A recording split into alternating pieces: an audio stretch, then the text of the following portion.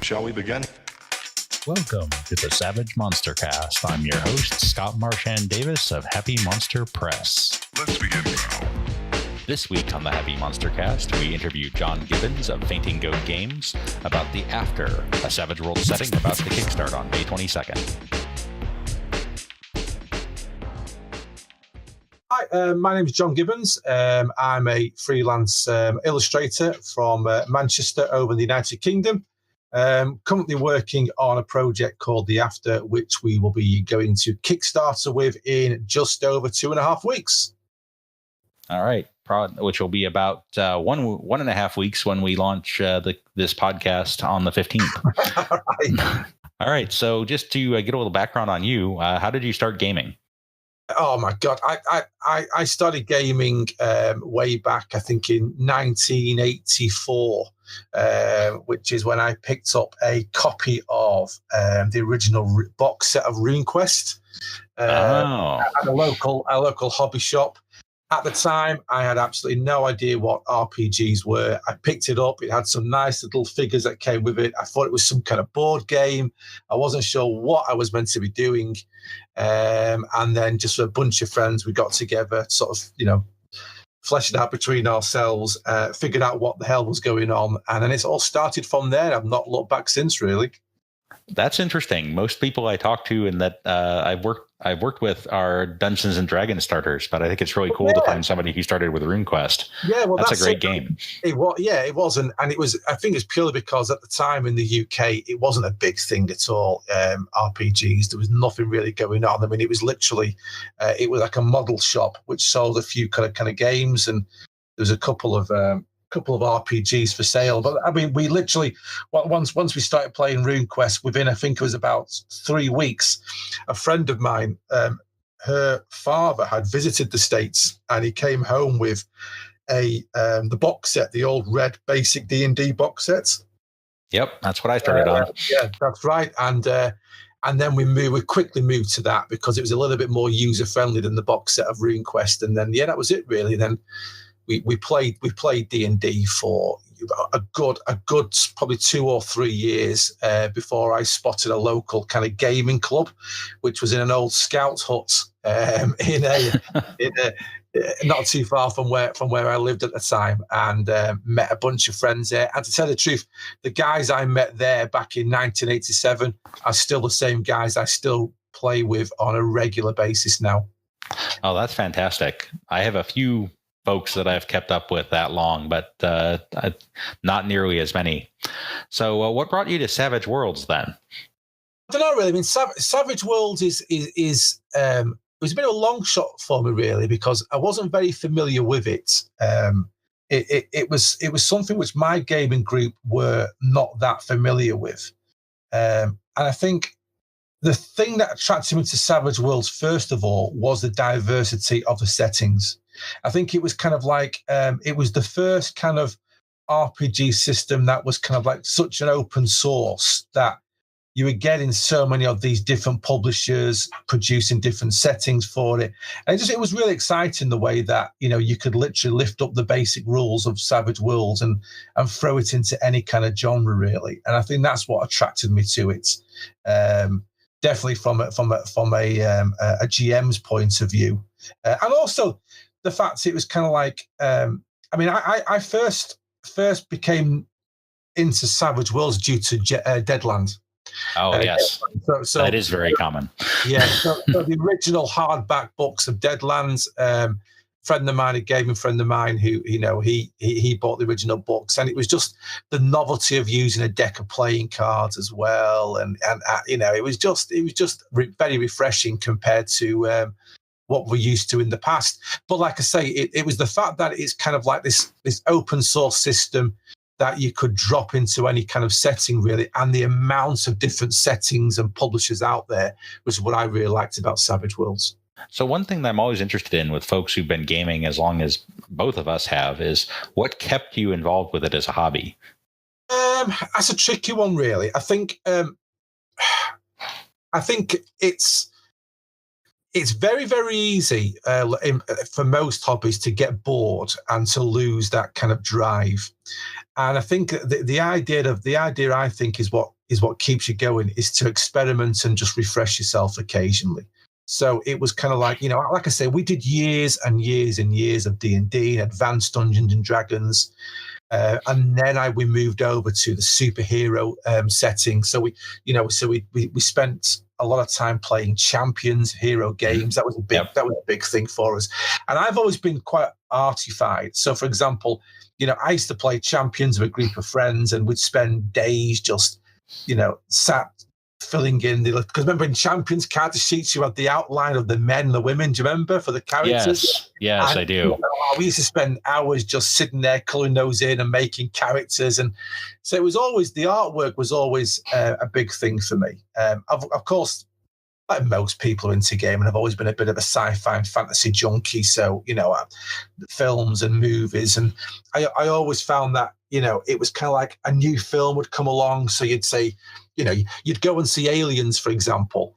All your friends would go and see it for a few weeks on the bounce. And then on top of that, someone would say, God, we've got to run some kind of game based on Aliens. So you dig up a rule set and, run a campaign for a few months based on the film Aliens, and I think it's just experimenting and becoming aware that, when you see something that's good and something that sort of inspires you, try and mix it into your gaming a little bit and just keep going with it. That's the way I've always seen it. So let's talk about the After then. Can you give me a brief rundown on what the After is all about? Sure. So the After is a post-apocalyptic setting. Now, I've always been a big fan of post-apocalyptic worlds. A massive Mad Max fan, etc. Big Fallout fan, and I like that kind of like that tough survival style of gameplay. Back in the day, I was a fan of Aftermath and Twilight 2000s and, ran many campaigns based on those systems. So I always wanted to kind of create that kind of world. But I wanted something a little bit different. It was kind of like you can purchase settings that are based in your typical World War III, post-nuclear, radiation-filled, kind of like mutant-filled. Right. You know what I mean? Those kind of things are quite common. And I didn't really want that. I wanted something a little bit different. So really what started with me was I had that in my mind that I wanted to sort of put pen to paper around that kind of setting. But then as an artist, a lot of my inspiration comes from ideas when I'm drawing. So over a period of a few months between working gigs, obviously, I was sort of scribbling here and there, and I'd start to come up with a few ideas based around kind of like a frontier, not Wild West, but that kind of sort of frontier vibe. I think at the time, The Revenant had just come out. I remember watching The Revenant and thinking how cool it was. And then I thought, imagine if it was kind of like a post-apocalyptic setting with this kind of vibe of The Revenant going on and, that kind of stuff. So it was like, okay. And that's where I started to flesh out this idea of kind of like a frontier style of play rather than typical Wild West type of genre. And then it was just an idea of, okay, then what's brought on the apocalypse? What's brought on this setting? That's not going to be like your normal everyday, the Russian type, And then I kind of thought, well, I didn't really want a supernatural setting because that's been done in obviously things like Deadlands. What's the Deadlands one? I can't think what it's called. Hell on Earth. Hell on Earth, that's the one. So that's kind of got like a very much like a supernatural Weird West vibe to it. And then actually what happened was I was looking through some websites, and I'm also a big fan of the cosmos and space exploration, etc. And I came across this website which discussed the Fermi paradox, which I don't know if you've heard of. Oh, absolutely. Why aren't we crawling with aliens? Yeah, precisely. And I spent many a day reading through this, and it fascinated me. And it basically, for listeners or people who don't know, it's kind of like it's an explanation of. It asks the question, like I say, why are we alone? Why is the world not crawling with aliens? Why is there not these civilizations out there? When you consider that Earth is a very, very, very, very young planet. Compared to the state of the universe and the age of the universe. And for the small amounts of time that mankind has been around, from literally when you look at the amounts of years it's been since we were literally just crawling out the water to where we are now, compared to the age of the universe, there should be literally a vast cosmos of intelligence life. And the Fermi paradox sort of looks at this and gives various explanations or reasons why there isn't. And the one that really got to me was the idea of this kind of super predator race, this kind of like idea that, there's some kind of alien race out there which is superiorly advanced to anyone else. And they basically monitor the universe. And if anyone else comes along who gets anywhere remotely intelligent enough to start stepping on their shoes, they turn up and just put a stop to it and keep everyone in check. And I thought, now that's a good idea. That's an interesting idea for what could cause this apocalyptic mess on Earth, having this sort of alien race just turn up and just destroy everything and then just move on. And that's where the basis of the After came into it. So that's really interesting. One thing that you mentioned earlier that I find fascinating are people who cross the divide between art and game design. I don't know if you're familiar with the board game Scythe. Oh, yes, absolutely. Which came from the art, first of all, didn't it? The artwork came out and they created exactly. Yeah. So that's always fascinated me. And one of my favorite game designers, Ryan Lockett, in the board game world, is known for doing all of his own art and graphic design as well as the board game design. And I just find that an incredible skill set. So what's going to be in the book? What are you going to find when you open up and hit the table of contents in the After? So I'm lucky enough to, we've got a skilled writer, a chap called Sean Noakes, who's worked for Fainting Goat Games, which is the company that's producing it, through Mike Lafferty. I worked with Fainting Goat Games a couple of years ago when we produced the Extreme Earth setting. An Extreme Earth setting was a very similar process. It was something I created through artwork, had a concept, had an idea, but I'm not a writer. And that's what I was missing. So I approached Mike Lafferty at Fainting Goat Games, and we ran with that, and we did a successful Kickstarter with Extreme Earth. Same thing here. I approached Mike and said, look, Mike, I've got this concept, I've got this artwork, I've got these ideas, through some pages of my limited writing at him. And he said, well, look, let's find a writer for you. So along came Sean Noakes, who's a bit of a Savage Worlds expert. We decided to go with Savage Worlds. Sean came on board. And then we started laying down the process. So basically, the one thing you'll notice is that, like most Savage World settings, you're keeping the basic rule set of Savage Worlds, but you're adding some rules of yourself. So we've got, new feats, new edges, new hindrances. We've got a couple of different races you can play. So as well as humans who've obviously survived the harvest, as it's called, which is basically what mankind now calls the term of when the alien race came down and destroyed mankind.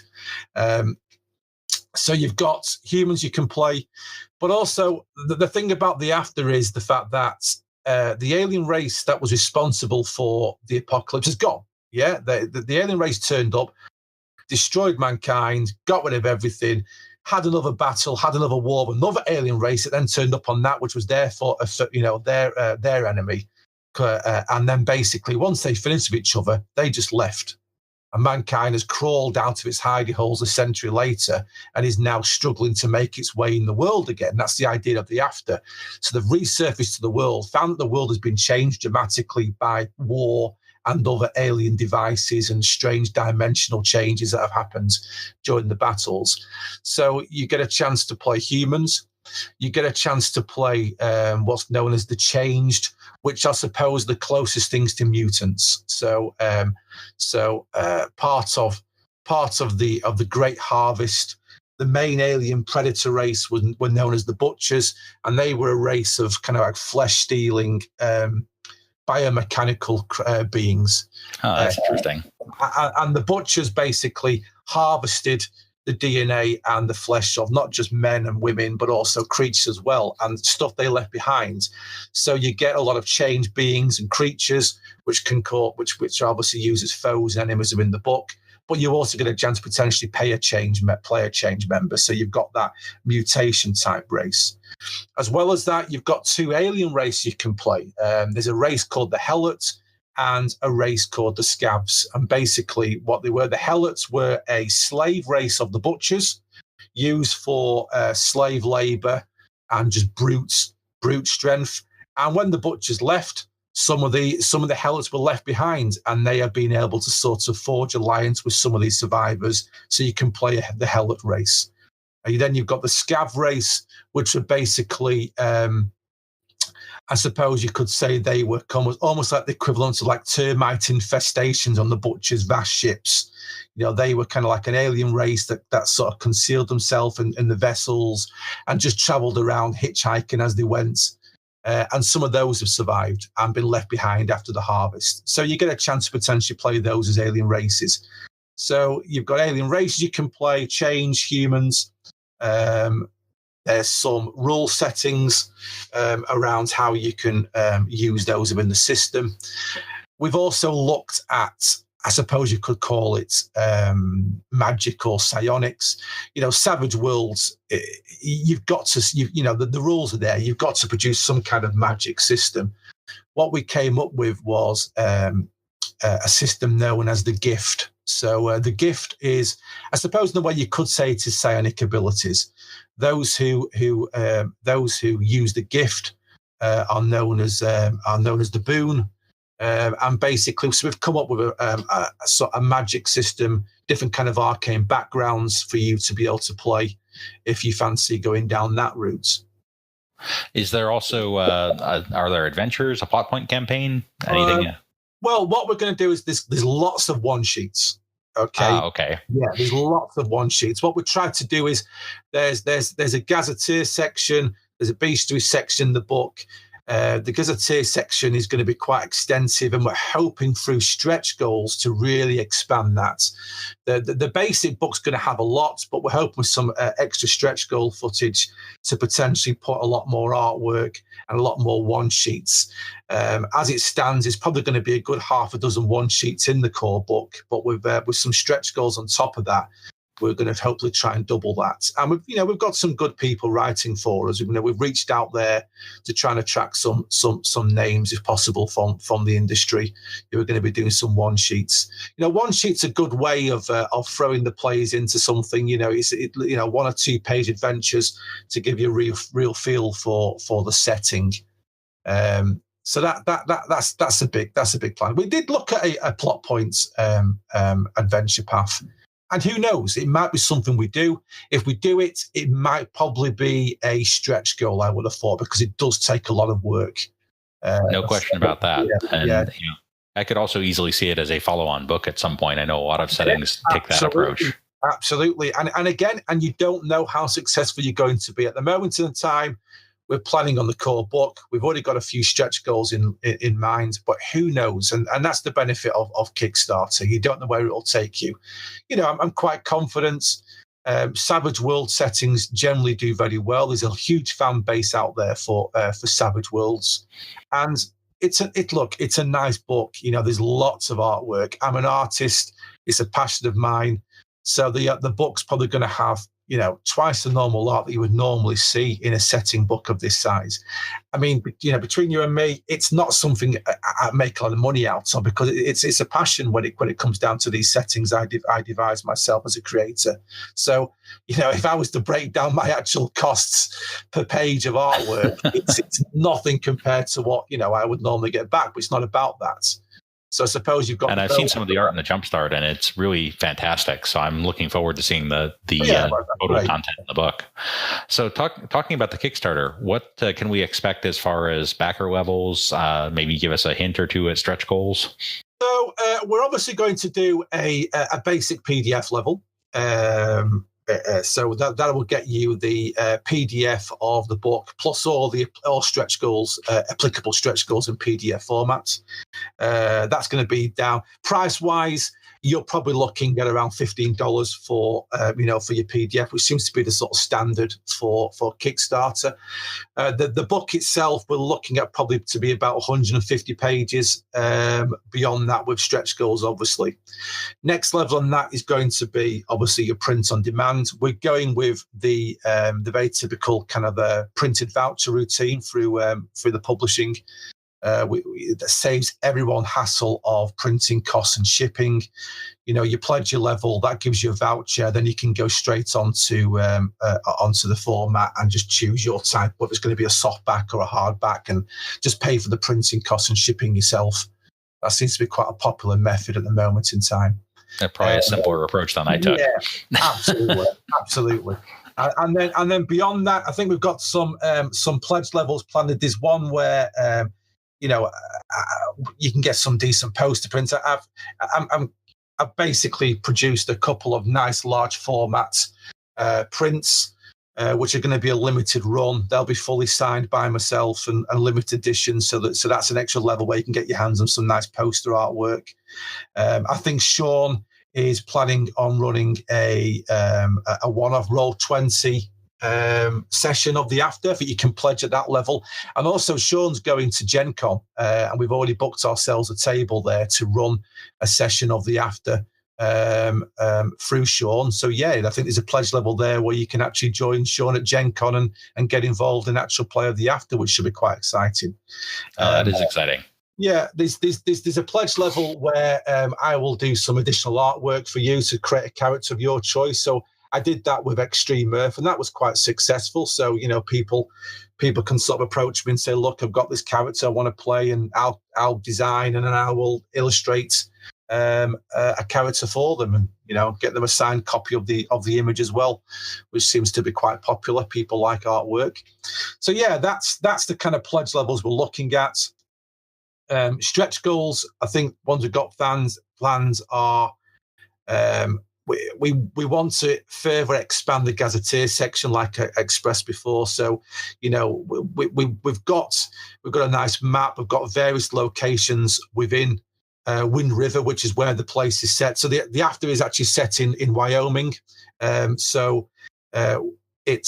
We've chosen an area around the Wind River Mountains near the Wind River Reservation, and that's kind of like the area where the main start of survivors will start their campaign as such.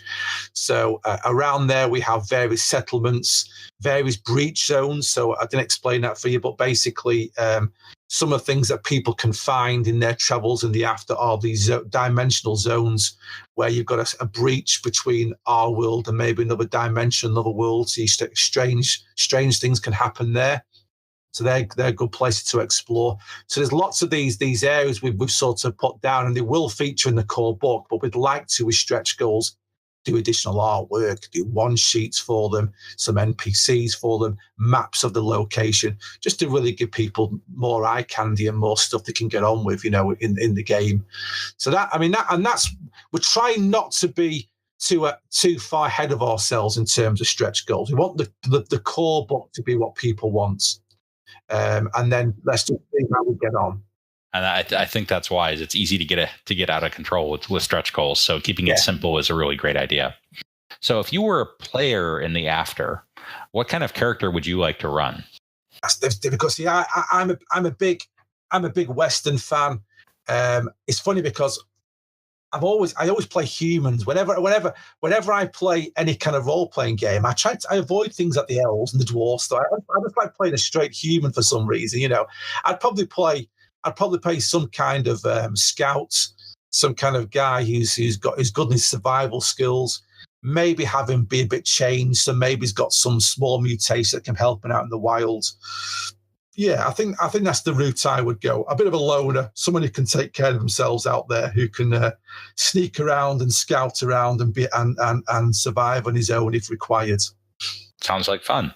What kind of mood do you think suits the campaign in the after? Is this going to be kind of an eerie thing? Is there a bit of a horror element? Is it more of an action-packed ride? What would you say is the default mood for the campaign?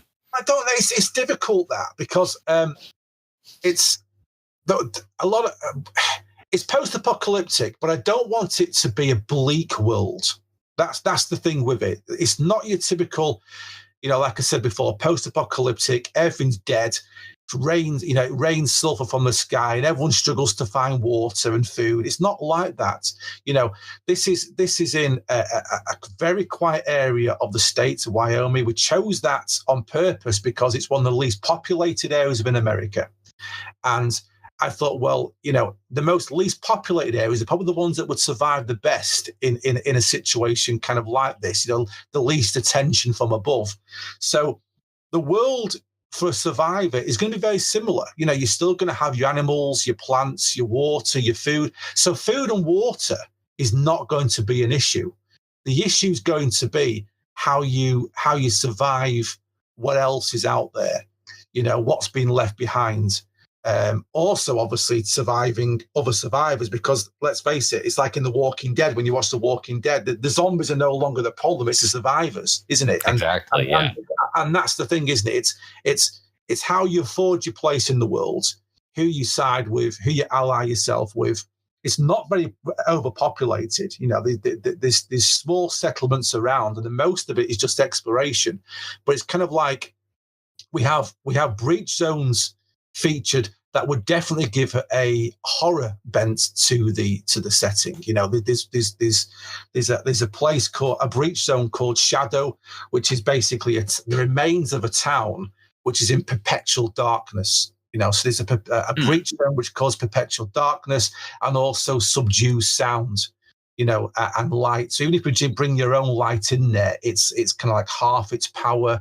But obviously in these breach zones, you've got treasures and things you can find. So there's elements of horror you could incorporate into that. But at the same time, you've got that fast action of any kind of Savage World system, really. So I think really it's up to the GM how they want to play it out. We're laying it out there, and there should be enough information in the book to let people decide, the feel and the vibe. It's not as bleak as, say, as the Deadlands one we discussed. The sort of end of the world apocalypse and the four horsemen, the apocalypse are on the way. It's not meant to be like that. There's going to be strange creatures, strange beasts and strange ruins to sort of discover that have been left behind. One session you might be exploring the remains of a wreck of some kind of alien spacecraft that you've come across that's been lying there for 50 years. Other times you might be down an old mine sort of trying to find survivors, etc. So it's it's all out there to be used. Okay. What are some of the biggest challenges you've had in creating the setting and getting ready for the Kickstarter? I would say stopping myself from continuing to keep creating artwork and draw a line and say, this is it. You've got, and that's the reason why I approached Mike, because I could have done this myself. I could have produced this, created it, done the Kickstarter myself, but then I needed that publisher there to say, okay, we've done this now. We've been doing this now. We've play tested this. We've looked at this now for a couple of years. It's now time to draw a line in the sand. Let's move on. So I think the biggest challenge it has been kind of like going, oh, there's just one more picture I want to draw, one more image I want to illustrate. That's the hardest part, is stopping myself from doing that. So one specific issue, how did the arrival of Savage Worlds Adventure Edition affect the setting? Was there a lot of retooling required? Oh, not really. I mean, it's, the manuscript, I would say, was probably 75% written already. Then the Adventure Edition came along, and it was a case of, okay. And then basically it was a case of approaching Sean and saying to Sean, okay, Sean, off you go. Time to look at what we've done already and make sure that there's no drastic changes. Yeah, there were some changes. But not a huge amount. Sean had his work cut up against him, and he did work long hours to get it right. I think the main problem was that even after the Adventure Edition was done and dusted, there were weekly updates all the time going, right, that's finished now. And then a week Oh, ago, no, I know. yeah, and they'd come back and say, oh, by the way, we decided to change this. And you're like, oh, my God, no. So there was definitely a lot of that. But really, the main work was already done. So it was, it wasn't such a big hardship, really. And it was a good thing because the best thing that could have happened for us was that this Adventure Edition came out, because it revitalized the community and also enabled us to be on the first batch of new settings for the edition. And I absolutely agree with that as a publisher myself. I also had quite a bit of retooling to do. The powers, in particular, Legion of Liberty is, of course, a superpower setting. So the complete revamp of the power system really required a lot of careful editing to make sure that I wasn't giving people powers that no longer existed or had been renamed or something like that. But on the whole, I absolutely agree that the revitalization of the community with the new edition has been a boon for everybody involved. And there are some fantastic new settings coming out in all kinds of different genres. Yeah, and the good thing is the way that the way they've done it as well is that there's been a lot of communication between the various publishers. So, for example, diaries have been put together to sort of say to people, look, let's plan when the Kickstarters are coming out, which has been really good, because it would be very, very easy to imagine as soon as the Adventure Edition ended, every publisher goes, oh my God, I've got this great idea. And then suddenly, 12 months after, you've got 3 or 4 Savage World Adventure Edition settings competing against each other on Kickstarter. And that's the worst possible thing, because people have only got a certain amount of money. People exactly. Everyone's going to, there's nothing worse than going in Kickstarter and seeing a game you want, and then there's another game you want, and you've got to choose. Well, the way it's been worked out is, all the publishers got together, through Pinnacle, and it was kind of a case of, look, here's jump starts. So the jump starts were approved first of all. Then the jump starts were issued out just to give everyone a good taste. And that was really good the way that was done. We got a lot of good press from our jump starts. And then basically it was a case of, okay, look, here's your slot. Do you want that slot? You can do your Kickstarter during that month. And yeah, I think that's been that's a benefit. There's got to be a benefit. And so far, from the ones that I've seen that have come out, they've all done very well on Kickstarter. I've not seen any. There's not been many, don't get me wrong, but there's not been many that I've seen that have failed to reach their goal. Yep, a couple of them. It was a little hairy right up to the end. The Terra setting with the mushroom people was right up to the wire. Yeah. But so far, I haven't seen any that didn't make it across the line. Oh, it's very unique, though, isn't it? I mean, that kind of thing. I mean, I remember when we looked at that jump start, it was like, okay, but everyone's got an idea what they want to play, so that's it. So and you've got to come up with something new. And obviously, our main concern was we didn't want people to sort of think, oh, is this just Deadlands? Well, no, it's not Deadlands. It's not a Wild West. It's post-apocalyptic. We've got this thing that's a bit different. We have this different vibe, this different feel to it. And like I say, it's got lots of nice artwork and some good writing in there. So we're hoping that it'll really, really give people a boost. So is there anything else about the After that we haven't touched on that you really want people to know about?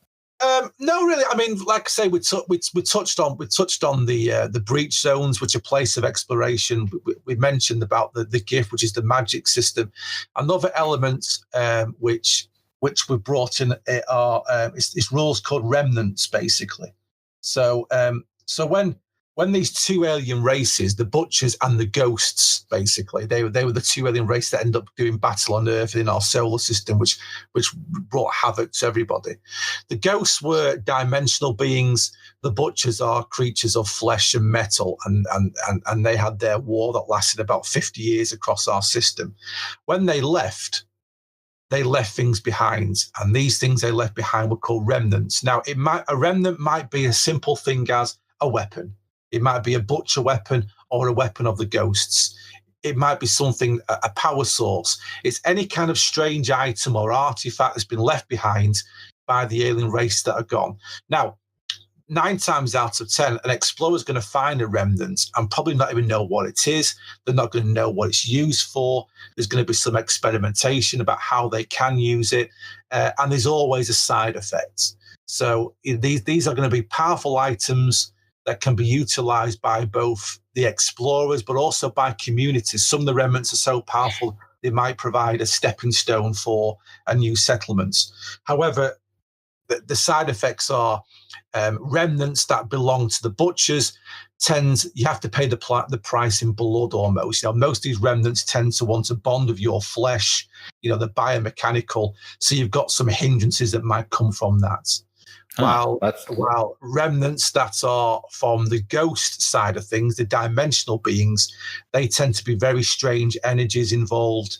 They might be very fleeting power. They might be one-shot items. They might require a lot of time to recharge themselves, or they might start to change you psychologically. So there's going to be a section on these remnants, almost like a magic item section in the book, really. So we're quite keen to sort of get that played out correctly. Sounds good. So where can people find you out on the internets? Well, we've got the After has got a Facebook page, dedicated Facebook page, which is doing all right at the moment in time. We've only got about 100 people following us. So you can find that facebook.com, and then it's / the After RPG, or just type in the After and you'll find it on Facebook. So by all means, come and join us there. So we're going to be using that. We've been using that to share ideas, to share illustrations, and to ask for advice occasionally. One thing we do want to do is give backers a bit of involvement. So during the Kickstarter, we'll be bouncing ideas off backers and showing them sneak peeks of locations or artwork and asking their advice. So that's a good place to start, is the Facebook page. And if you want to see more of my artwork, I've got a dedicated ArtStation page. So you can go to www.artstation.com/John Gibbons. That's Jon and John Gibbons. And there you can see some more of my art. Well, thank you for joining us today on the Happy Monster Cast, and looking forward to seeing the Kickstarter launched on May 22nd. Absolutely. Great to join you. The Happy Monster Cast is a production of Happy Monster Press. Any products discussed are the property of their respective owners. All other items are the intellectual property of Happy Monster Press. Find us at www.happymonsterpress.com or as Happy Monster Press on Twitter, Facebook, MeWe, and Pashpost. Theme music, Jason Shaw's Ice Cold.